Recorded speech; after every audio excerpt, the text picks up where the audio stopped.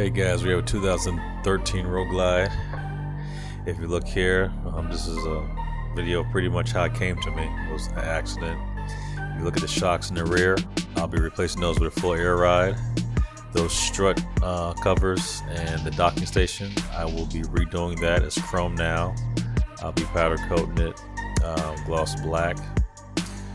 All these wires you see right here for the audio, I'll be redoing that, putting it in the proper sleeve, and then running quick disconnects to the bags as far as the audio speakers go, so it'll be much cleaner.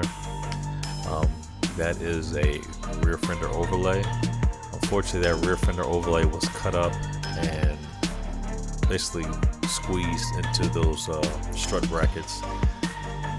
There is no fender underneath. Highly dangerous. It is cut up pretty partially, as you see here, and squeezed into those strut brackets.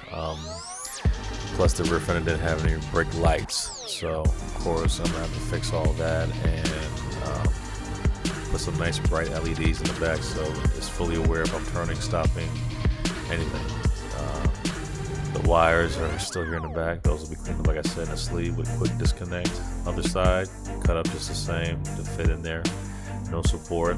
That is an overlay on top of nothing. An overlay goes on top of a fender. And if you don't have an overlay and you want a support fender, that's what you get. A support fender can go by itself, not an overlay. So the overlay was cut up and squeezed in between there. And as I go up, you can tell that there is no support. In a couple seconds, I'll be pushing on it right there at the top with one finger, and you can see it flex. That flexing alone should tell you that would be a dangerous ride for somebody to sit in the back and it basically goes to the tire, and now there's another accident. If you don't know what you're doing, always get help or send it to somebody that does know what they're doing.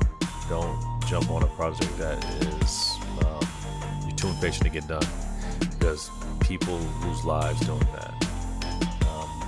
If not anything, do a lot of research.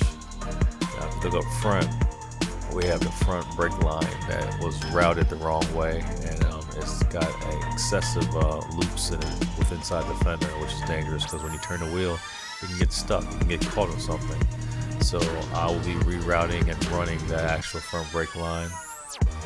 As you see here when I'm grabbing it, that's a lot of brake line just looped up in itself. That's horrible. You can't do that. Highly dangerous. You don't want to be turning and all of a sudden that gets looped on something or caught on something. That'd be a bad day. As well as you see the hand control wires on the outside of the bar when those should be on the inside of the bar. That thing I'm touching right now is the actual wires. The reason why they come in right inside, the person had a difficult time actually putting it in the handlebars. After they tried to put it in, they broke that actual tab, so it just sits on the outside. I'm not going to do that. I'm going to actually re-sleeve it and solder all the connections because it got broke off when it hit the ground, and I'm going to run it internally into the bars. On this side, you have these brackets, or I guess these holders or docking stations for the GPS and the phone. He doesn't use it. I'm getting rid of it. It's just sloppy wires in the way. Don't need it. That whole inner fairing that we're looking at is going to be replaced as well anyway, because like I said, when it got into the incident, it hit the ground so hard that the majority of the tabs inside the fairing broke off, so it won't even hold the speaker correctly. So I'll be replacing that. As we creep around to the front, we'll be looking at this crash bar. The crash bar is bent to hell from the incident. The rider's okay. Number one, the rider is okay. That's all that matters. So we'll be replacing the crash bar, and I will be actually disassembling the forks and rebuilding them. I will powder coat the upper and lower forks and rebuild the seals and put stiffer fork oil in, because I'll be running a 23-inch front wheel. I'll be running fork oil. I'll be running is the Screaming Eagle fork oil, and the 23-inch wheel will have a wraparound fender. With that, you will not need an actual rake on your bike, or raking kit, or a bolt up neck. You don't need to do that for a 23-inch wheel. You just need to make sure you put the fork oil in and have a wraparound fender. That way it stays close to the tire, so when you hit a bump, it's stiffer in the front, and you keep it from actually bottoming out and hitting the top of the fender. The person I get my information from was Punchy from the Candy Shop in California, and with the audio is Elmo from the Candy Shop. Those guys are like senseis to me. They never steer me wrong. They've been doing this for many years, and they're very well known at the candy shop. I'm talking in this sense of past tense because I'm editing the video, but the bike is completely done. I'm just going over everything, explaining all the things that I had to do, and the result at the end is very nice, and you guys will see that. Right here you'll see me squeeze the speaker. Like I said, the tab is broke off, no support. So big shout out to Punchy and big shout out to Elmo. You guys mean the world to me, man. I appreciate your phone calls and your texts and getting me all straightened out for this build. It helped tremendously. Appreciate you guys. This bike will be a complete build from stretch bag, stretch rear fender, stretch tank, stretch side skirts, new inner and outer fairing, and air ride, audio system, LEDs, airbrush, paint, powder coat. It'll be a complete build for me, so please enjoy the ride and watch as I go ahead and learn more each time. Right here is where you guys get to see the forks before I tore them down. You got the upper fork cover and lower forks itself. I'm gonna take out that reflector and sandblast it, get it prepped for powder coat. But I'm actually gonna go ahead and do something with this actual cover here on top of the brake.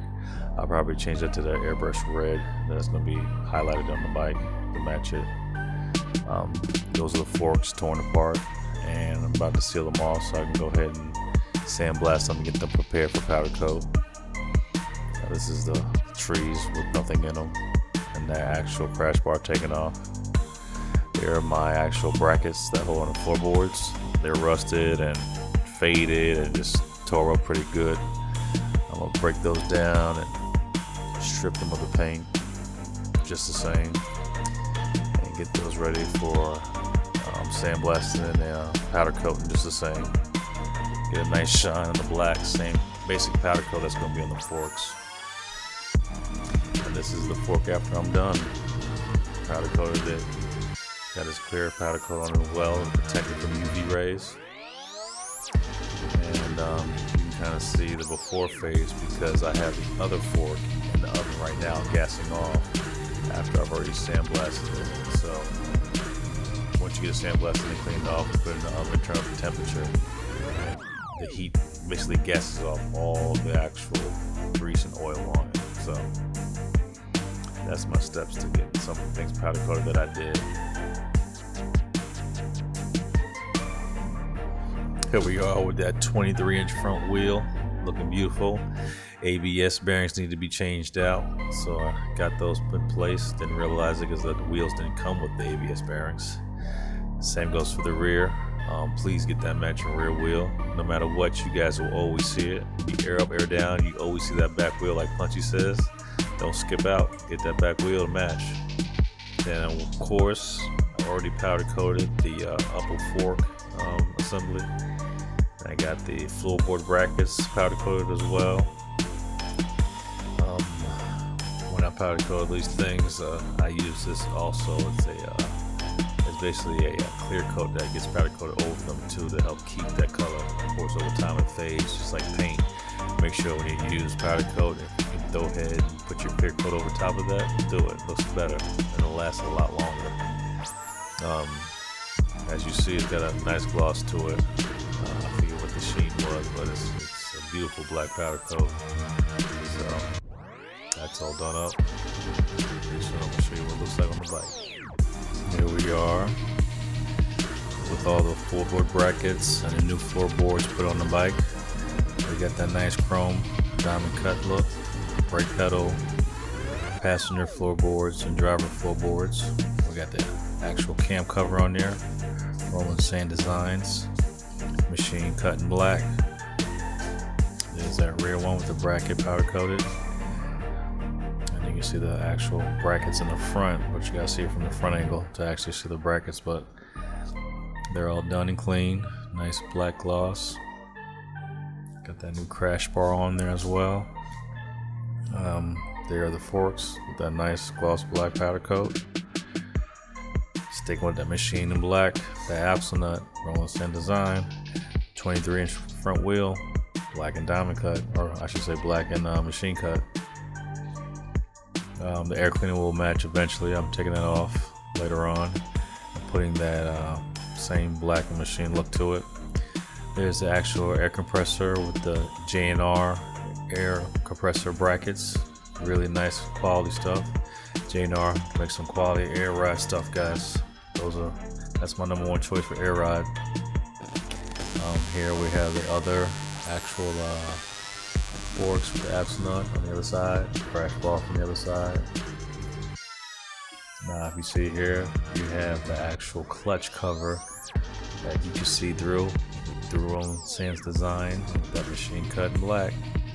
It looks real nice when it's turned on because you get to see the clutch spinning with the oil spinning in the inside with it. Linkage changed. Heel tail shifters change. All the floorboards basically are brand new, clean. Diamond cut, chrome. The highlights of the machine cut in the black came out real nice.